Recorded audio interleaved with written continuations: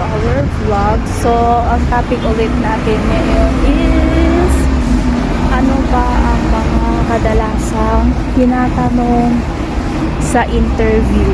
So, yun yung topic natin ngayon. Para maging aware at saka may alam na kayo na mga possible na itatanong ng mga mag-i-interview sa'yo or yung magiging broker or tsaka amo mo. So, yun guys, ang number one na unang-unang tinatanong nila is introduce yourself. So, ipapakilala mo lang doon kung sino ka, name mo, age, kung single or married, kung may anak, mga ganon. Tsaka ang second na tinatanong nila is bakit ka mag-a-abroad. So kailangan mo lang sagutin din yung tanong nila na yon. Madali lang naman yung mga katanungan nila, pero kailangan nyo kasi pumili ng maganda-gandang sagot. Hindi lang yung mag-i-stick kayo sa isang sagot lang. So, kailangan yung sagutin ng mas unique. Unique? Yung ganon, basta yung kakaiba siya para maantig yung mga tainga nila tsaka pandinig nila. So, ayan. Tapos, ang sunod niyan guys is bakit napili mo yung bansang yon kung saan ka nag-a-apply? Bakit mo napili? Bakit mo napili yung bansang Singapore, Taiwan, Hong Kong, saan ba? Japan, mga ganon. Tatanungin ka nila kung bakit mo napili. And then, pagkatapos na yon is tatanungin ka ulit nila about sa experience mo, kung may experience ka na ba as a DH, gano'n. Kasi yung mga iba kasi guys na mga amo, ang gusto nila is yung may experience ka na. Ayaw nila yung walang experience. Pero meron naman yung mga tumatanggap ng mga first timer. Gusto din nila yung mga ganong iba, yung iba. Pero kadalasan kasi, lalo na pag may bata, mas gusto nila yung may karanasan ka na sa DH. Tapos guys, tatanungin ka nila kung kaya mo bang mag-alaga ng bata. So, itatanong nila sa'yo yun kung kaya mo bang mag-alaga ng bata, newborn, o kaya yung mga 5 years old na, mga ganun. Tapos, ang next pa dyan guys is tatanungin ka din nila ng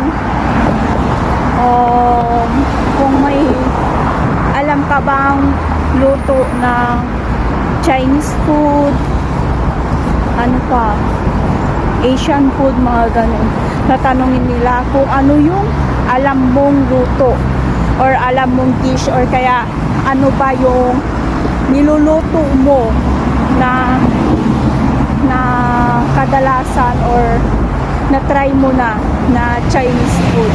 Diba? Ganon. Kasi yung ibang amo is kailangan mo talaga silang ipagluto. So, tatanungin nila yon kung may idea ka ba. Pero example, kung wala kang idea about sa mga Chinese food, kailangan mong sabihin yung totoo. Na sabihin mo na hindi mo alam, pero willing kang matuto.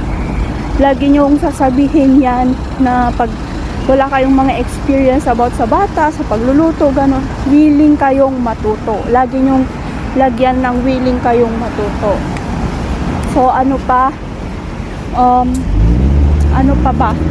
na tinatanong nila is kung may kaibigan ka pala sa bansang pupuntahan mo, kung may kakilala ka ba doon, or may relatives ka ba, may pinsan ka, mga ganon. Tatanungin nila yan. Isa pa sa mga tanong nila yan.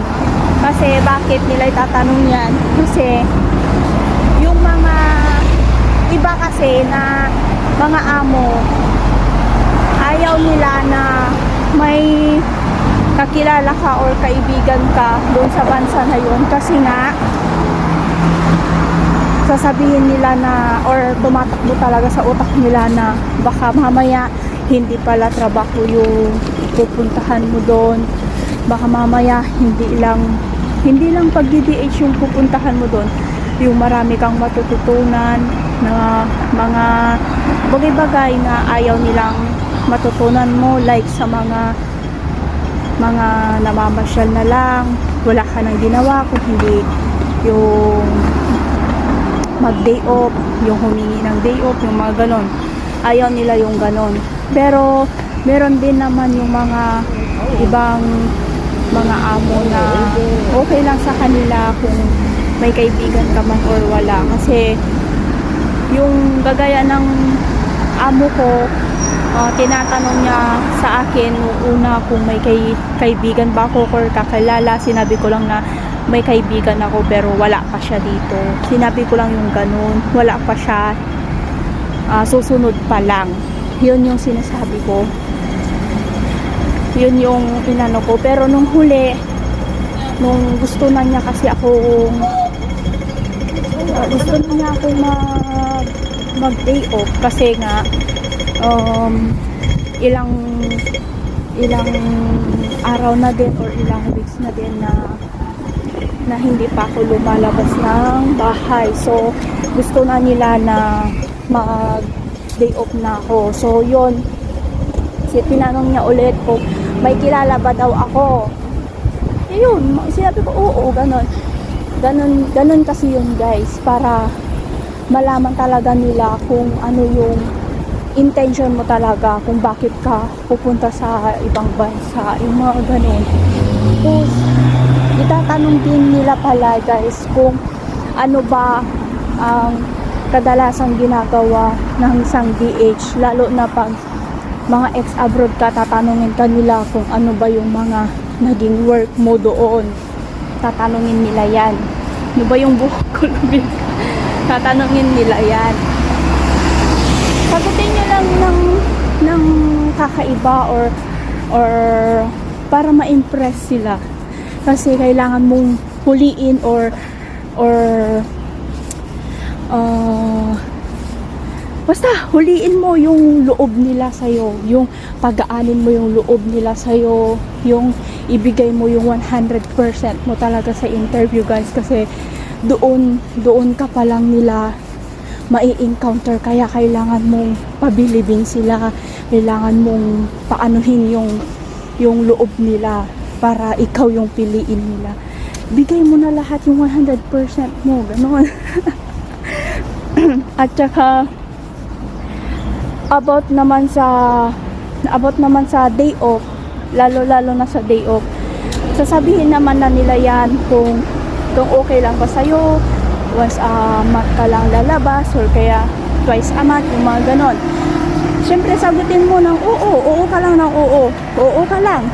Ang technique ko lang kasi dyan guys, awa ng Diyos, sa mga naging employer ko, awa ng Diyos is naging okay lahat ng interview ko. Hindi ko naranasan na pangalawang interview, tatlong interview, iba-ibang hindi ko naranasan. Sa awa ng Diyos, nagpapasalamat talaga ako sa Diyos na hindi ko naranasan guys. Isang interview ko pala natanggap na ako.